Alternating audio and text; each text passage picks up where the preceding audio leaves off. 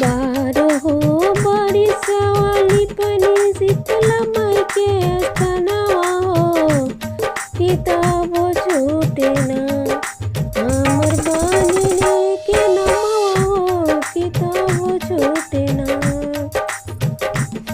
बारहो बारिश वाली पनी शीतला माई के अस्थानवा हो किताबो छूटे ना हमर बंजनी के नमवा किताबो छूटे ना। सासू बोले ईराई ननद बोले बीराई ननद बोले बीराई गोतनिया हमर ना भइले बंजनी के नमवा गोतनिया हमर ना।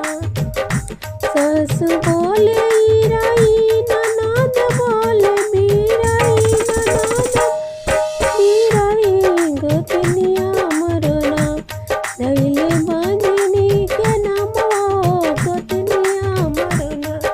सासू के बोलिया चरवा गठियावनी हो ननद के बोलिया ना सोई 4 दिन पहुनवा हो ननद के बोलिया ना।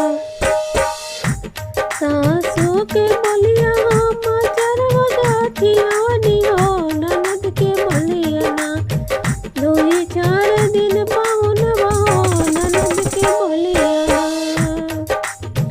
गोतनी के बोलिया ना हमसे सहाला